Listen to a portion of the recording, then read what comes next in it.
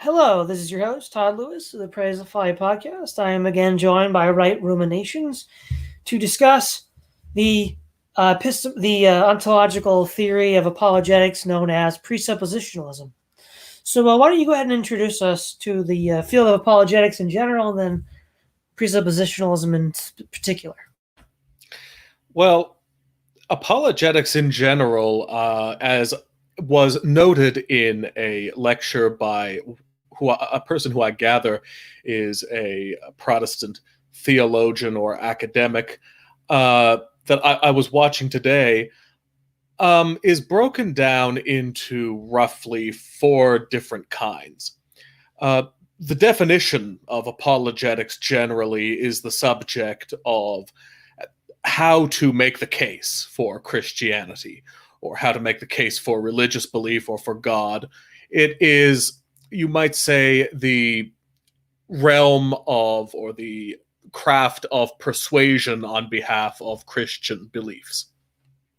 As this lecturer who went into four categories, those four categories tend to be classical apologetics, which tends to rely more on reason, that's associated with theories of people like St. Thomas Aquinas or Francisco Suarez or Clement of Alexandria and so forth.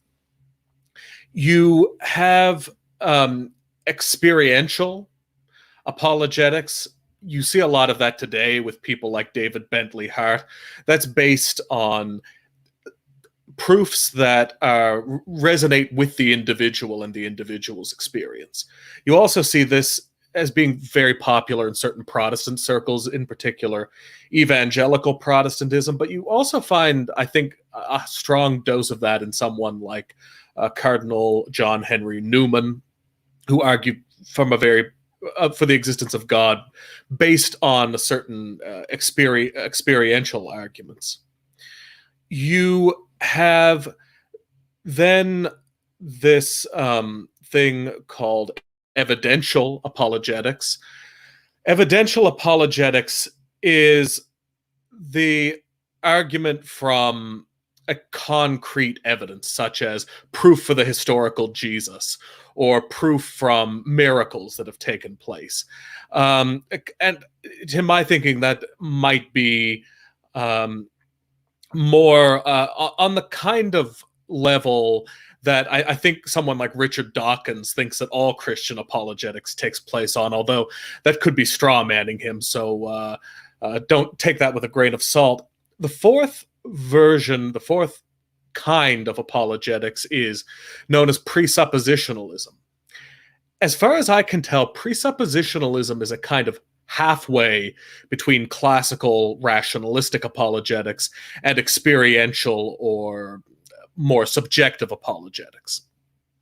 To lay some of the historical groundwork for presuppositionalism, there was a movement in the late 19th century and early 20th century called modernism. And modernism is something that existed in both the Roman Catholic Church and in the Protestant Church. Modernism, which by the definition that was used to identify modernism at the time, it is largely a dead phenomenon. It was a school of historical biblical interpretation which said that essentially faith comes from within, and that the events that are identified by faith are not necessarily in keeping with historical fact. That what really matters is the kind of individual's experience of faith, and this does not necessarily correspond to any kind of biblical literalcy. So it's a kind of spiritualization of Christianity. Now, when I say that this doesn't exist, what I mean is that a lot of modern traditional Catholics like to say that, say, Pope Francis or John Paul II were modernists. And whatever you think about those people, they weren't modernists in this sense that was associated with a very specific historical school associated with the historian Alfred Loisy. Anyhow, in response to this, the Reformed Church did something interesting where they tried to combat modernism by importing certain classical arguments. This is most famously associated with Karl Barth, a theologian who was a Reformed Protestant Christian. This was a movement known as neo-orthodoxy.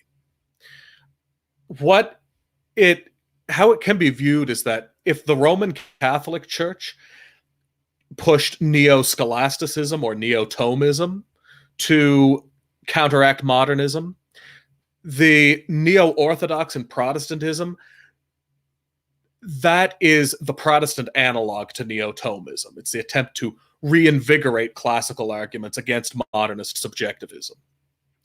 Now, Van Til was a Dutch-American Reformed Presbyterian theologian, philosopher, who founded presuppositionalism as an answer to neo-orthodoxy.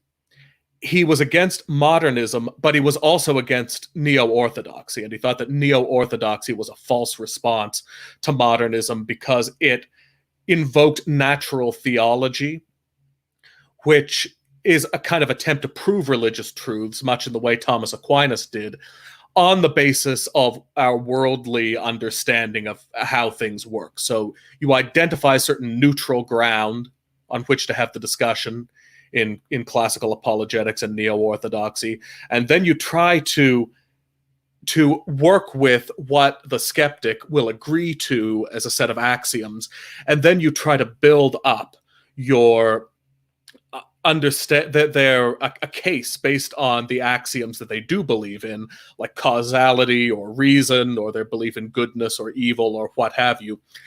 From these neutral axioms, these neutral logical principles, you try to make the case for faith using a kind of neutral arena of argumentation.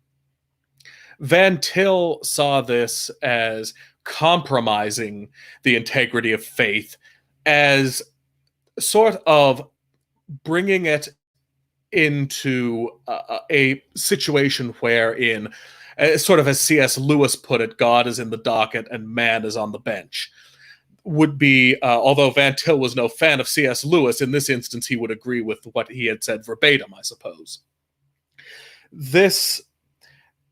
This outlook is also distinguished from fideism, which is associated with Protestants generally who don't believe in any proof of God's existence. What it is it's a kind of splicing of fideism and of classical apologetics, in that what it tries to do is it tries to first establish that the Bible and God are one's point of departure, that there can be no neutrality, that it is indeed contradictory to imagine a world of laws and reason and axioms which did not presume at least some kind of God, and possibly even most likely the Christian God.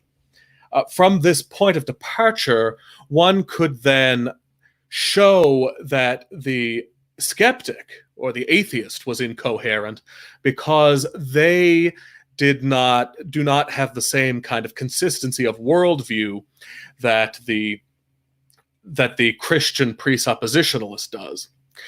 In other words, by believing in both reason and in God and the Bible as a basis of the rational faculty, one has a coherent worldview according to presuppositionalism.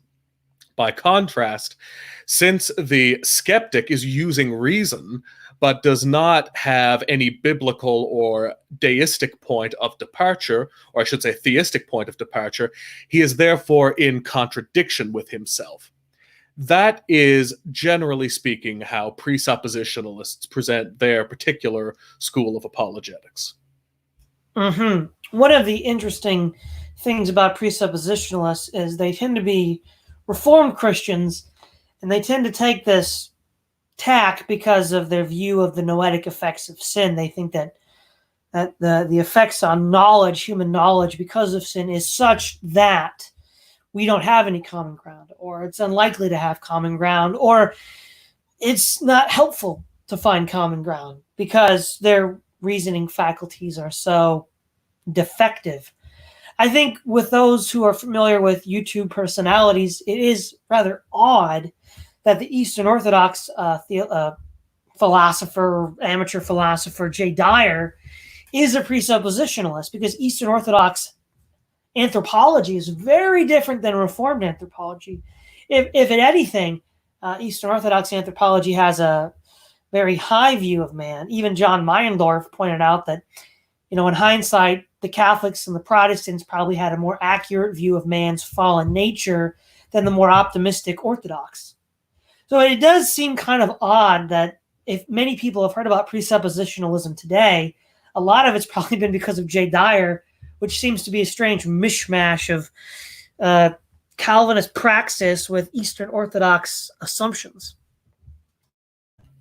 Well, you can get a more primary, you might say, or original understanding of presuppositionalism from the mouth of Cornelius Van Til himself, because I believe that up on iTunes, that Westminster Theological Seminary still has Van Til's old lectures on presuppositionalism from the 50s. So those are very interesting to listen to, and can make for some good entertainment, because while he is interesting, Van Til may not be the most polished or certainly not the most pedantic presenter. I'll put it that way. He certainly does have a certain plain-talking way about him that can make for some humor and some intrigue as well. I will say that one of the reasons that if there are Eastern Orthodox people who identify, such as this Jay Dyer, with presuppositionalism, I think it would probably be the fact that, like with the Reformed presuppositionalists, there is this tendency to, on the one hand, have certain fideistic qualities. For example, in Eastern Orthodoxy, there is a certain element of subjectivity over the more scientific or classical understanding of apologetics that you have in Roman Catholicism, such as with Thomism. On the other hand, there is this kind of Neoplatonic or almost pre-Augustinian philosophical tradition that you see in Eastern Orthodoxy, which has a more patristic tone. So I think despite their different views on the nature of man's fallen state, if there would be something that where there might be some overlap with the Eastern Orthodox and these Reformed theologians, such as it might serve as a basis for an inclination toward presuppositionalism, it would be that they both want to combine some room for Christian philosophy in apologetics. That they believe in some room for Christian philosophy, but they reject the kind of formalistic natural theology that came out of the medieval era and is associated with the Catholic Church. Mm-hmm. Go ahead. Yeah, no, yeah. The one of the popularizers of presuppositional apologetics in the latter half of the 20th century was Greg Bahnsen. He's also famous for being tied up in the neo-Calvinist theology of I'm having a brain fart right now, about applying Old Testament law to current society. But he had an interesting debate with Gordon Stein in '85, where he sort of used what he called the transcendental argument for God's existence, the tag, is what he calls it. And a sort of overview of what the tag is would be: God is a necessary precondition for logic and morality, because these are immaterial yet universals. People depend upon logic and morality, showing they depend upon the universal, immaterial, and abstract realities, which could not exist in a materialist universe, but presuppose the existence of an immaterial and absolute God. Therefore, God exists. If he didn't, we could not rely upon logic, reason, morality, and other absolute universals, and could not exist in a material universe where there is no absolute standard, absolute lawgiver. When he brings this argument to the fore with his debate with Gordon Stein, there's an interesting exchange where Stein says, well, can you name me anything that's immaterial? And he's like, the laws of logic. And it was really weird. This is kind of like classic Fedora. He just couldn't get it. Like the laws of logic, he seemed to think were material of some kind. And then they got into this sort of pedantic argument about, well, where is these things? I can't find them in the material world. And he just sort of lost the script after that. And there was another debate. It never happened. There was an atheist who was supposed to show up and then didn't. But then Greg Bahnsen had the debate anyhow and recorded his arguments. So long before William Lane Craig debated the chair, which is supposed to represent Richard Dawkins, something much like that had happened 25, 30 years earlier with Greg Bahnsen. And he was quite the intellectual powerhouse back in the late 80s when Christian apologetics was really... we hadn't really seen any great minds since Copleston in the 30s. And, in the 80s, we don't have a whole lot going on. People like William Lane Craig and Planning are kind of just getting started. And it was really presuppositionalism that was kind of the name of the game for Christian apologetics, and Bahnsen kind of ruled the roost. Well, there's also another figure who I believe is named Gordon Clark, pardon me, who was a later development of presuppositionalism and actually had a falling out with Van Til because of some very technical differences, in my view, on how exactly presuppositionalism should be applied. As far as I can see it, the difference between the two is that whereas Van Til wanted to maintain a more absolute place for the presupposition of the scripture and no tolerance for any kind of neutral basis of understanding, what Clark wanted to do with it was to say that there is, and he comes a bit later than Van Til, but they are, in a certain sense, peers or are contemporaries. What he does is he says, well, once we have presupposed the existence of the Bible and we've presupposed the existence of God and have presupposed this overall framework, then there are smaller things within that framework that we can use to point out the consistency of the Christian worldview on a rational or a neutral basis. So even if we can't maybe assess the existence of God on a neutral basis, perhaps we can assess the nature of, or the question of whether or not reason itself or morality itself can exist without reference to something higher. Now, this disagreement between Van Til, where Van Til said absolutely there's no neutral ground, and Clark said that there is neutral ground that maybe doesn't directly pertain to the existence of God, but can be used for discussional purposes for the purpose of comparing the cogency of a non-believing worldview versus a Christian worldview. This sort of points out what I see as the biggest flaw in presuppositionalism, in that while there doesn't seem to be, at least on the surface of it, as much of a difference between Clark's position and Van Til's position as some seem to believe, there is a difference in explaining it.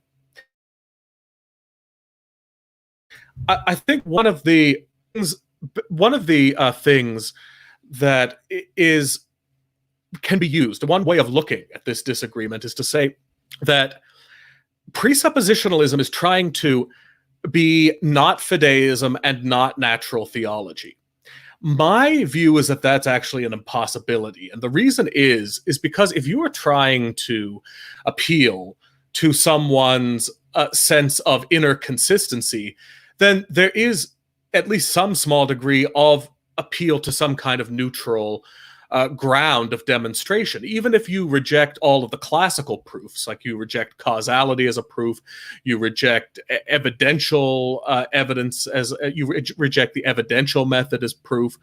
Nevertheless, even if you say that you can't believe in morality or you can't believe in reason without God, even in that small moment that Van Til seems to engage in, you are essentially engaging in a very small amount of natural theology, because you are appealing to something, to a term that the non-believer has accepted, and therefore for all functional purposes you are admitting of some kind of neutral ground and are therefore engaged in some degree of natural theology. My difficulty with Van Til is that he seems to want to have it both ways.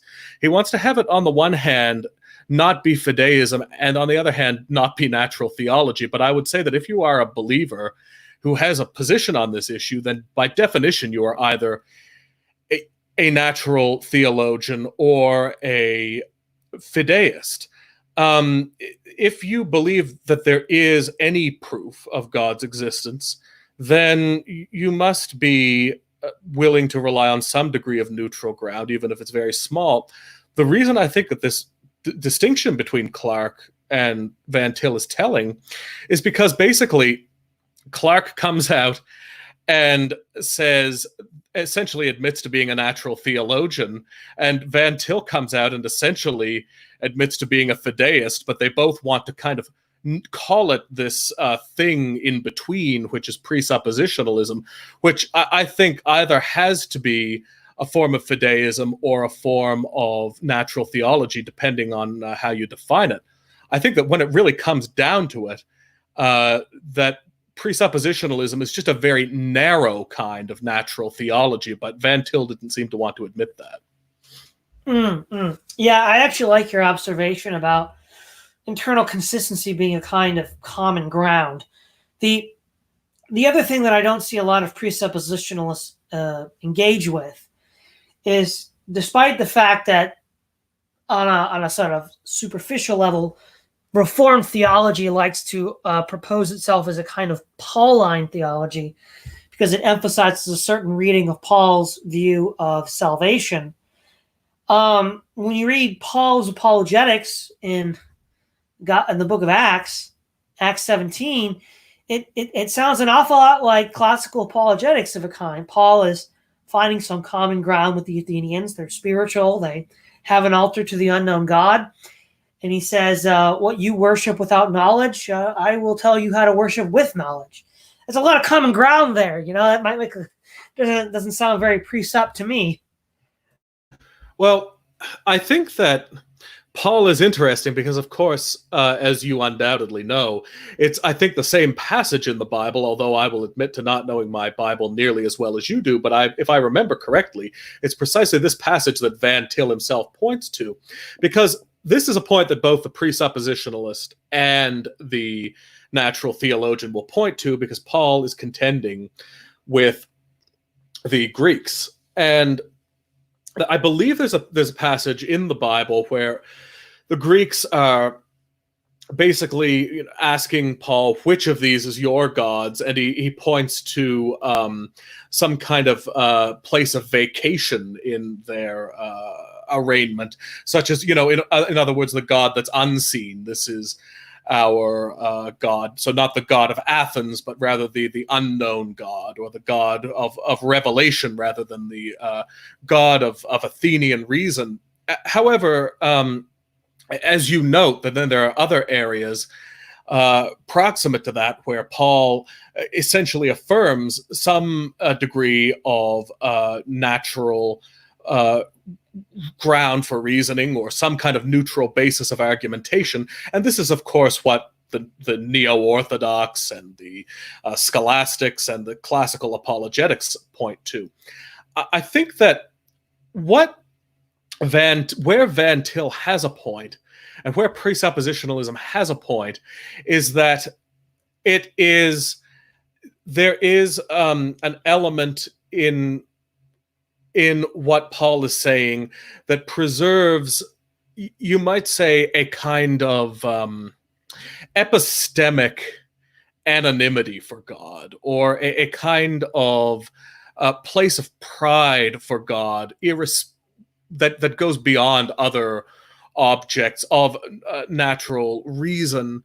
What I would say is that they, I think, are trying to preserve the identity of God as a person.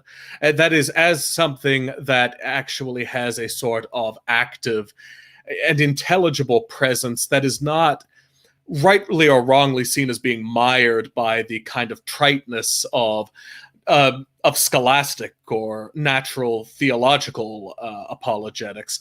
So when you have Paul distinguishing the God of Athens from the God of Israel, this is something that is, I can understand one's motive for wanting to articulate this over and against natural theology if you were contending with let's say, natural theologians or scholastics in the 1920s who sort of looked down on experiential Christianity as naive or pedestrian or not really up to their academic standards.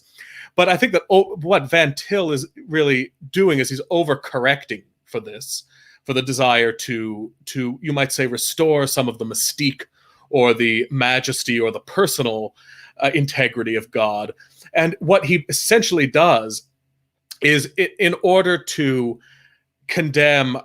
reject rationalism, he rejects all natural theology, when he probably would have been better measured if, instead of saying that he rejects all natural theology, if he just said, I reject rationalism and I reject neo-scholasticism and neo-orthodoxy. And he could very easily have defined presuppositionalism as a form of natural theology that only uses argument from inner consistency and doesn't resort to all of these more impersonal scholastic and neo-orthodox methods. I think that he would have bit off a lot less if he had done that, and probably would have had a better time of chewing it, so to speak. Mm-hmm. I think while outside of Reformed circles, presuppositionalist apologetics is not as popular as, say, evidentialist apologetics or some of the others you mentioned, I think the one thing that has been a positive contribution to the discussion because of presuppositional apologetics is the idea that there are lots of times when people are not honest about their presuppositions and they act like they don't have any presuppositions, when in fact they actually do. And what presuppositionalism at least has done is brought to this entire discussion this idea that we all have certain axioms that we bring to the table, and we need to be honest about that, even if we think that presuppositionalism goes too far in certain directions. I think in that regard, that has been helpful. So, for example, what Bahnsen once said, that this purported neutrality of secular education and of the modern liberal education is not neutral at all. He called it a kind of secular theology with its own assumptions and blasphemies and whatnot, and that nobody is actually neutral in that sense, and neither should you be, and that it was a kind of a bait and switch to get Christians to give in without having a fight. And I do think that there was some merit in the presuppositionalists pointing that out and sort of changing the narrative of this discussion. Well, I would agree with that, and I would also reiterate what I said, that it is helpful in, I suppose, counteracting certain rationalist Christians who do seem to mistake the God of the philosophers for Jesus Christ, in that they downplay, for example, G.K. Chesterton has a lot of characters who serve to give a very rationalistic tone to Christianity, or to downplay the potential of seemingly irrational or subjectively observable miracles or prodigies. For example, with G.K. Chesterton, who was an avid neo-Thomist, a lot of his characters the villains in his mysteries are written as superstitious, or they're written as people who, there's one where there's a character who is pretending to be a Catholic priest, and the reason that Father Brown is able to know that he isn't a fellow priest and he actually is the villain they're looking for is because he attacks reason and he attacks natural law theology, and this is how Father Brown is able to know that this could not be a real Catholic priest, because a proper Catholic priest would know the place of pride that reason has in Christianity. So when you sort of place it against that, and you realize that the Protestants had their own analog with Karl Barth, one can understand, I suppose, the emotional motivation of a fairly contrarian person like Van Til in wanting to say that these people believe in the God of Athens, and by contrast, we believe in the God who came down in the form of the whirlwind and things of this nature. But ultimately, I just think that presuppositionalism fails as philosophy, and the reason, and I've explained why I think this, but I think I'm able to cement it further, because when you rightly identify that people come to the table with presuppositions and that they act like they don't, and that presuppositionalism points this out, the problem is that's exactly what natural theology does. If you look at, say, Thomas Aquinas's proof from causality of God's existence, or his way of causality, it is completely clear that what Aquinas is doing is he's trying to point out that the person, by virtue of embracing causality as an assumption, is inconsistent with their assumption, because their assumption implies the existence of God. In essence, that's doing the same thing as natural theology, much in the same way that, as a corollary, presuppositionalism is doing the same thing as natural theology. To further cement my position, what I would say is that natural theology is just very broad presuppositionalism, and presuppositionalism is just very narrow natural theology, but they have to be, by definition, be the same thing if they're not to become fideism. Yeah, one of the interesting things that the presuppositionalist wants to articulate is that Christianity is the only consistent religion, the only consistent worldview one can have. That in part what they mean by that is that Christianity is the only religion / worldview that can adequately give an account for human reason, logic, ethics, etc., etc. But on the face of it, it's, as you've been illustrating already, it's not at all obvious that classical theology doesn't attempt to do that as well. Yes, I would agree with that. And I also think that so much of, like with the Catholic Church's reaction against modernism and Karl Barth's reaction against modernism, I think it may have just been Van Til's moment to have some kind of reaction. Unfortunately, so often these schools of thought, when they exaggerate themselves, are really, I think, expressions of a certain social frustration. That doesn't mean that there isn't some validity in what's being said, or that there isn't something of philosophical value. But I think it becomes very clear to sort of see the psychological, the social, and the interdenominational motives that give rise to a particular theory, and that too often it seems as though the theory may be overstated for precisely that reason. I agree with you that there is, I think, a misunderstanding of the extent to which classical theology is doing exactly that which presuppositionalism claims to do.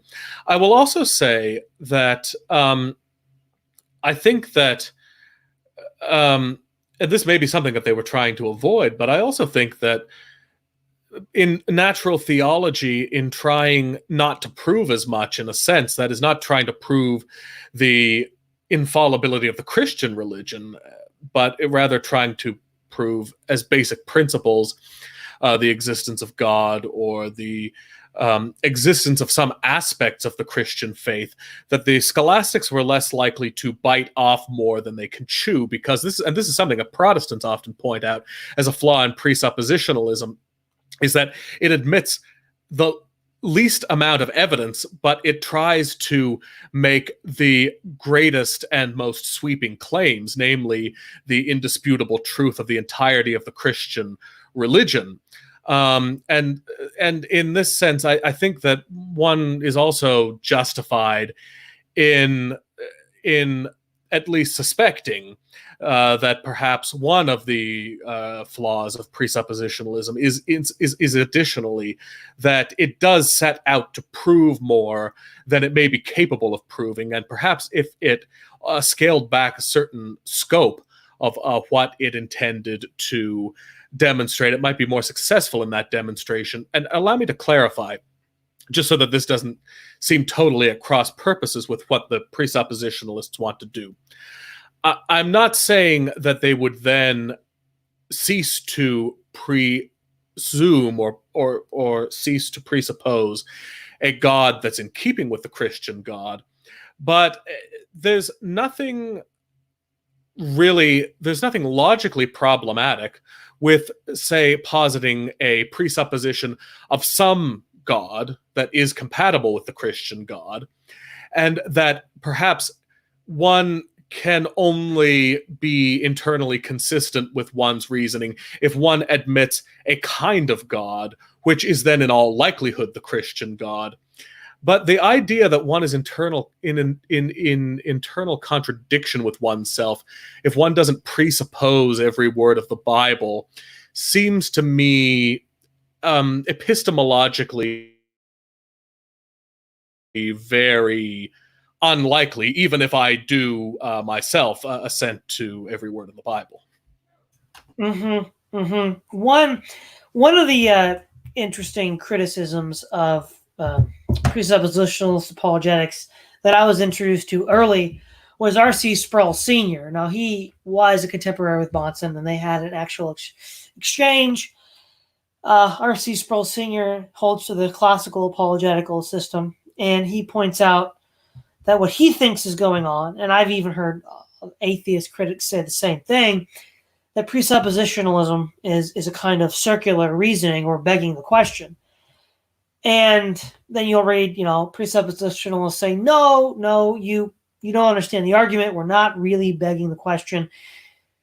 Now, having looked at Bahnsen and Van Til, sometimes I wonder if they actually aren't begging the question, because sometimes it looks an awful lot like they are. Now, one of the reasons why they go this route is they'll say, well, look, whatever benefits the Kalam cosmological argument has, or the contingency argument has, these arguments don't prove Jesus Christ, don't prove the gospel. They don't get you all the way. And that's a problem. Now, again, people who make such arguments don't necessarily believe that it gets you all the way, but it gets you closer to all the way. And so they say, well, we just need to do it all at once. We need to just, take everything all at once and prove the validity of Christ and his gospel and the scriptures. And in this regard, I think you might be onto something. They try to prove too much without enough evidence. And it can easily be seen by someone on the outside as circular reasoning. And I think they do have a difficulty at communicating, because I've tried to read Bahnsen and Van Til, and sometimes I'm like, what are you trying to say here, guys? Sometimes I think it could be that they're not really committing circular reasoning at all, and they're just not clear enough. And as you mentioned earlier, Van Til has a kind of imprecise way of speaking, so that could be the case. But one criticism of this philosophy that I think has some merit is from R.C. Sproul Sr., that it does run the risk of being circular reasoning, if not actually circular reasoning. Well, this has led me to some additional theories about what is going on. That is, I think, one of the reasons that Van Til may have seemed so incoherent is precisely because he was trying to articulate a position which can't be articulated.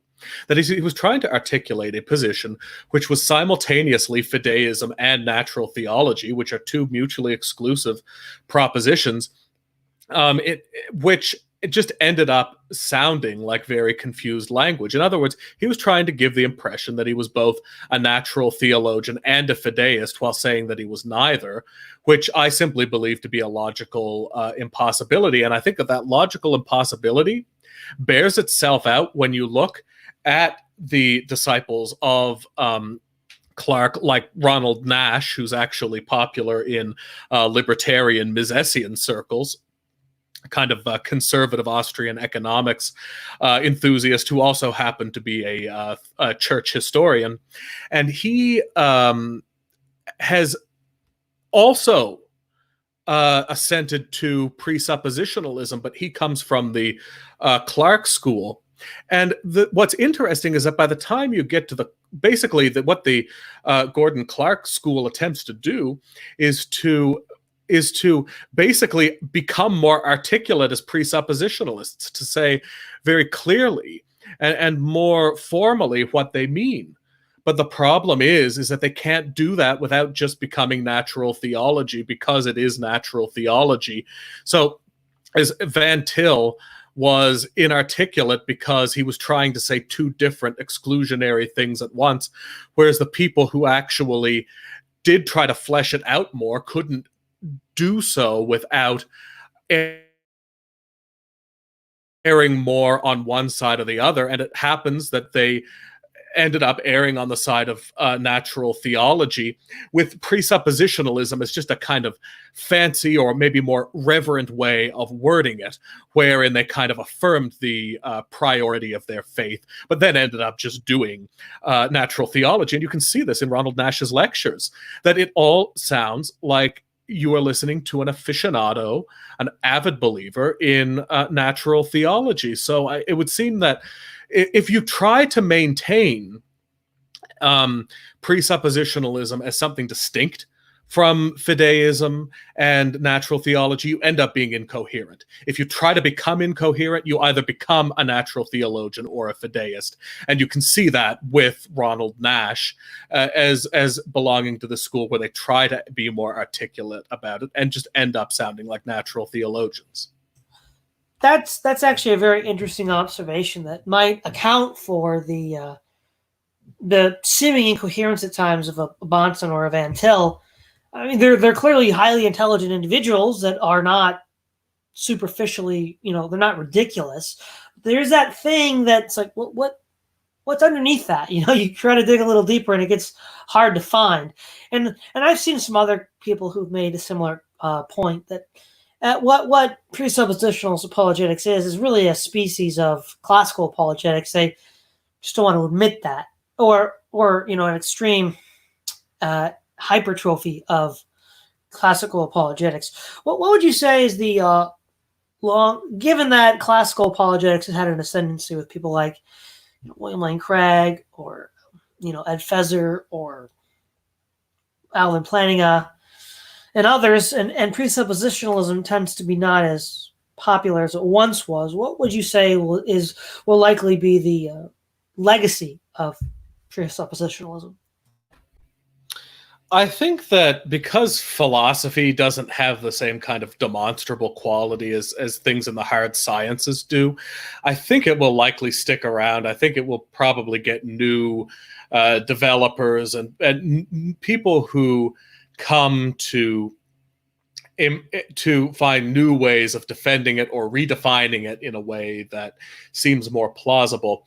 In my experience, philosophies don't really go away once they've achieved some degree of popularity, as can be demonstrated by the fact that we still have people who actually, incidentally, including Ronald Nash, who seem to believe in seem to be very impressed by the ontological proof of God's existence. And I think that, not to be too fine in my point on this. I think that kind of proves that such philosophies don't ever entirely go away. I also think that because of the relatively fractured nature of Protestantism, and because it's mainly in Reformed circles, that presuppositionalism enjoys a kind of place of pride, that it's very likely to continue to be one voice among many in the sea of various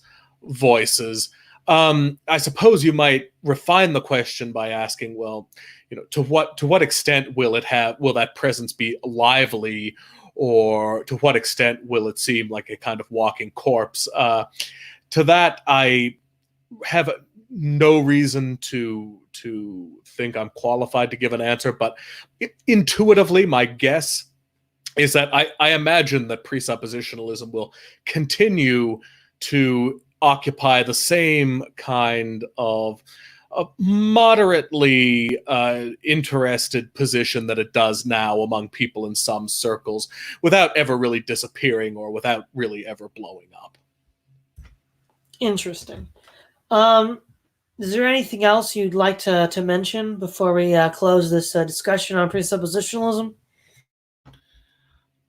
I am fine ending on this note mostly, but I would like to leave people with a kind of comical analogy of the incoherence that we've been alluding to with Van Til.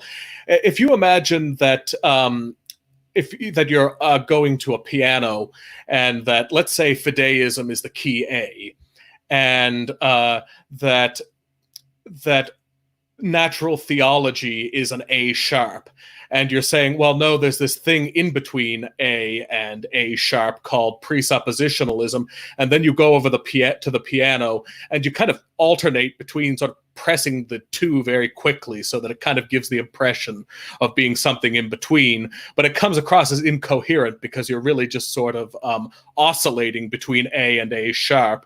And then as soon as somebody comes to try to clarify it, they either end up having to press down on the A key or the A sharp key.